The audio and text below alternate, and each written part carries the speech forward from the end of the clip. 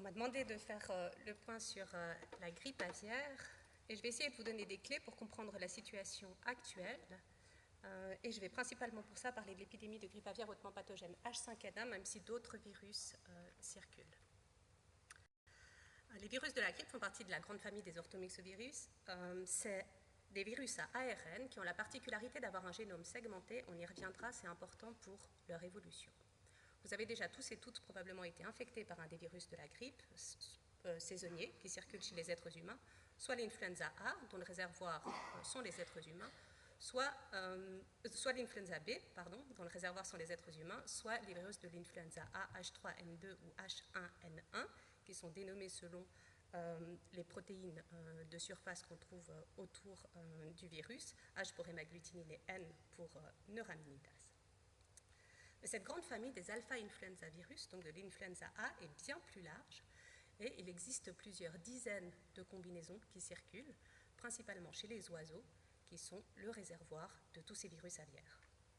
Heureusement, ces virus aviaires ne peuvent pas tous infecter les êtres humains, il y a des barrières à cela, et une des principales, c'est le type de récepteur qui existent. On n'a pas à la surface de nos cellules les mêmes types de récepteurs que n'ont les oiseaux à la surface de leurs cellules pour l'entrée du virus dans la cellule et la multiplication.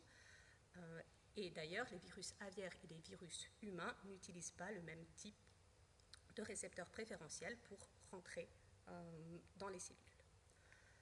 Donc le récepteur va déterminer la gamme d'hôtes et sa présence va aussi déterminer le type d'infection. Les êtres humains font des maladies respiratoires, vous le savez, les oiseaux font des gastro-entérites. Et ça, c'est important aussi dans la biologie du virus, parce que du coup, la polymérase virale qui va permettre la réplication du virus, des virus aviaires, elle fonctionne à une température beaucoup plus élevée que celle des virus humains, donc elle n'est pas très adaptée à faire des maladies respiratoires chez les êtres humains. Les virus de la grippe évoluent de deux grandes façons. La première, c'est l'accumulation progressive de mutations lors des différents cycles de réplication, qui va causer des variations antigéniques si elles arrivent au niveau des épitopes clés et principalement au niveau de l'hémagglutinine. Et c'est ce qui explique le fait qu'on est obligé de remettre les vaccins à jour régulièrement pour nos grippes saisonnières qui circulent. Mais le virus de la grippe est aussi capable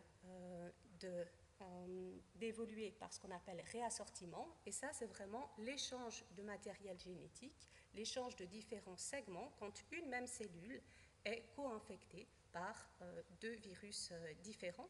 Et là on peut avoir un changement beaucoup plus important au niveau de la surface du virus qui peut résulter en une cassure antigénique, et c'est ce phénomène qui est à l'origine des nouvelles pandémies et qu'on a d'ailleurs observé pour la dernière fois en 2009 lors de la pandémie de H1N1. Encore un mot sur la biologie du virus. Quand on parle de virus hautement pathogène, c'est un virus qui est hautement pathogène pour la volaille. Dans le réservoir aviaire, la plupart des virus qui circulent, ce sont des virus faiblement pathogènes. Mais quand il y a des infections assez massives des oiseaux, et particulièrement justement dans les élevages de volailles, on peut voir apparaître une mutation au niveau du site de clivage de l'hémagglutinine qui va conférer au virus, chez les oiseaux, la possibilité de faire une infection disséminée qui aura un taux de mortalité très élevé, et c'est ce qu'on appelle une grippe hautement pathogène. Ce même virus, s'il infecte un être humain ou un autre mammifère, ne va pas forcément être hautement pathogène pour les autres mammifères. Donc on sait que ces virus aviaires hautement pathogènes existent depuis maintenant plus de 30 ans, mais ce qu'on voit sur les 5 dernières années, c'est une nette augmentation du nombre de cas de grippe aviaire hautement pathogène H5N1 dans le monde, et qui va toucher non seulement des oiseaux, mais aussi de nombreux mammifères, et qu'on détecte de temps en temps chez les êtres humains, et ça c'est quelque chose de nouveau. Et en fait, depuis 2020 maintenant, on est face à la plus large épizootie de grippe aviaire hautement pathogène H5N1 qu'on ait jamais connue, avec une large expansion géographique et un nombre d'espèces d'animaux qui n'a jamais été égalé jusque-là. Tous les continents sont touchés, c'est la première fois qu'on a des épidémies en parallèle sur tous les continents, y compris l'Arctique et l'Antarctique. Habituellement, la grippe aviaire, c'est des virus qui venaient avec l'émigration des oiseaux, Maintenant, on observe une circulation tout au long de l'année de ces virus aviaires qui sont capables d'infecter des espèces d'oiseaux qu'on ne connaissait pas susceptibles avant à la grippe aviaire.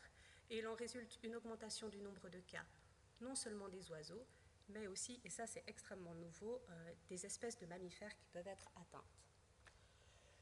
Donc cette grippe aviaire, cette épidémie, elle a un impact écologique absolument majeur et elle comporte un risque d'extinction de certaines espèces. Et on a vu et on continue à voir des événements massifs de mortalité animale. À titre d'exemple, la quasi-totalité des éléphants de mer nés en 2023 dans l'hémisphère sud ont été décimés par la grippe aviaire. Et un petit peu plus proche de nous, depuis l'année dernière, on voit un déclin de certaines populations d'oiseaux, notamment les faucons, en Europe, dû à la grippe aviaire. Et il faut garder à l'esprit qu'au-delà de juste l'impact que la grippe peut avoir sur certaines espèces animales, finalement, c'est beaucoup plus largement toute la biosphère qui est touchée. Et au-delà juste du risque de pandémie pour l'être humain que ces virus pourraient causer, on devrait se préoccuper de l'impact environnemental de ces virus. Mais c'est vrai qu'on est souvent plus marqué par ce qui nous concerne assez directement, et la pénurie d'œufs qu'on peut voir dans les magasins ou l'augmentation drastique du prix, c'est souvent un événement beaucoup plus marquant. Alors, ces virus hautement pathogènes H5N1, ils apparaissent pour la première fois il y a près de 30 ans maintenant en Asie, et le clade qui se répand un petit peu partout, il émerge environ aux alentours de 2008. C'est en 2020 qu'il va commencer à toucher l'Europe et puis l'Afrique, et de là se propager rapidement en Amérique du Nord dès 2021, en Amérique du Sud dès 2022, et aux deux pôles depuis 2024. Il continue à évoluer tout au long de sa propagation, principalement par réassortiment, et lors de son évolution et de sa propagation, on observe des épisodes fréquents de passage aux mammifères, et ça, encore une fois, c'est quelque chose d'extrêmement nouveau, et c'est là que peut-être réside le risque pour nous, êtres humains. Certains passages aux mammifères et certaines introductions chez les mammifères ont été extrêmement importantes et ont touché parfois plusieurs milliers de mammifères à la fois, faisant des vraiment très grosses épidémies, et à chaque fois, en fait, on a pu observer des mutations d'adaptation aux mammifères qui émergent et donc qui pourraient permettre à ces virus de rentrer plus facilement chez l'être humain s'ils étaient en contact avec nous. Il y a un peu plus d'un an maintenant, on a mis en évidence chez les vaches aux États-Unis un nouveau réassortant qui circule très largement et qui se transmet extrêmement bien durant la traite des vaches. Ce n'est pas un virus qui cause une infection respiratoire chez les vaches, mais qui cause des mastites et donc qui se transmet à travers les appareils de traite. Plus de 1000 troupeaux en une année ont été infectés dans plus de 17 États, et du peu d'études de séroprévalence qu'on voit, on voit qu'il y a vraiment une transmission extrêmement rapide au sein des populations de bovins, avec des séroprévalences dans les troupeaux qui peuvent être très élevées et atteindre 90%.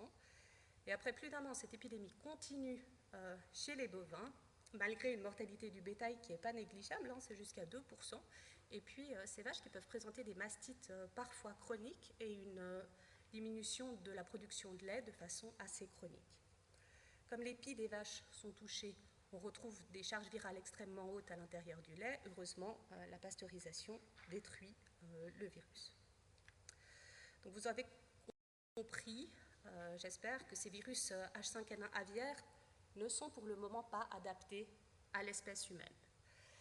Une telle adaptation nécessiterait qu'il y ait au moins une modification dans le récepteur préférentiel, une mutation dans la polymérase virale, avec probablement la sélection de gènes qui permettrait l'échappement à l'immunité. Et tout ça en l'absence d'immunité préexistante sous-jacente, ce n'est pas le cas, on va y revenir, et sans perte de transmissibilité du virus. Donc on n'y est pas encore.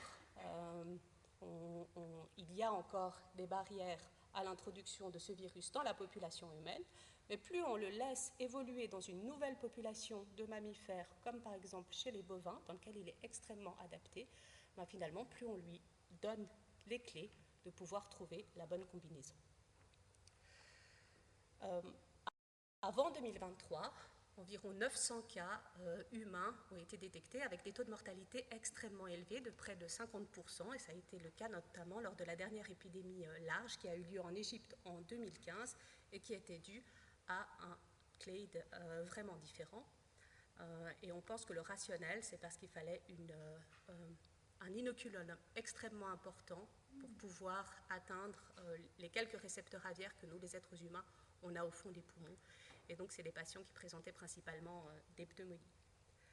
Là, l'année dernière, rien qu'aux États-Unis, plus de 70 personnes ont été infectées, la majorité des éleveurs, soit de bovins, soit de volailles, qui ont été donc en contact avec des animaux infectés. Il y a eu un décès et quelques maladies sévères chez des personnes qui avaient des facteurs de risque sous-jacents. Ce qui est important de bien retenir, c'est que la transmission, elle a toujours lieu après un contact avec des animaux infectés. Donc ça reste une maladie qui reste une zoonose et il n'y a pas de transmission à l'heure actuelle interhumaine. Chez l'être humain, la grippe aviaire, exactement comme la grippe saisonnière, elle peut évoluer de la maladie paucisymptomatique, voire à l'infection sévère.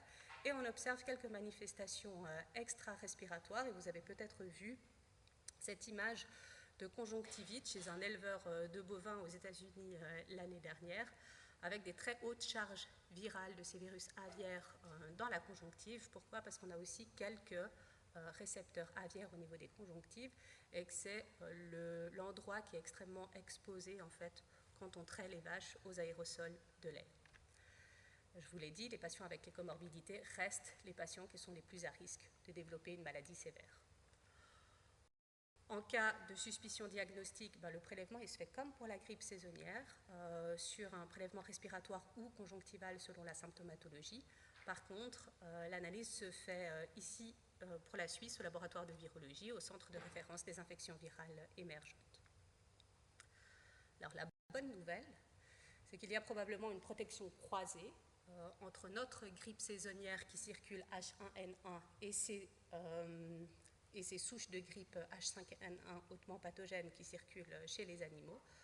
On sait que, en tout cas chez l'animal, chez le furet, quand il y a eu une infection préalable à H1N1, une infection à H5N1 donne une maladie atténuée en raison de la présence d'anticorps cross-réactifs contre la neuraminidase. Il y a aussi une certaine cross-réactivité au niveau de l'immunité cellulaire et notamment T qui pourrait être protectrice. Et il est possible qu'il y ait une meilleure protection croisée des patients âgés, chez lesquels on peut voir des titres d'anticorps plus importants, probablement parce qu'ils ont été exposés à différents virus de la grippe que les plus jeunes dans leur enfance. L'autre nouvelle encourageante, c'est que les traitements qu'on a et qui existent, que ce soit les inhibiteurs de la neuraminidase, le zeltamivir ou le baloxavir, continuerait à avoir une efficacité sur ces souches, étant donné qu'il n'y a pas de mutation de résistance dans les souches qui circulent. Et un mot sur les vaccins avant de conclure. Les vaccins contre H5N1 ils sont en développement depuis plus de 15 ans et il y a actuellement plus de 20 candidats vaccins qui en sont déjà licenciés par les autorités de santé, dont un en Suisse, sur plusieurs plateformes différentes, mais ils ne sont pas disponibles ni pour les animaux ni pour les êtres humains à large échelle. Ils sont probablement moins immunogènes que les vaccins saisonniers, mais pourraient conférer un degré de protection quand même, notamment contre la maladie sévère.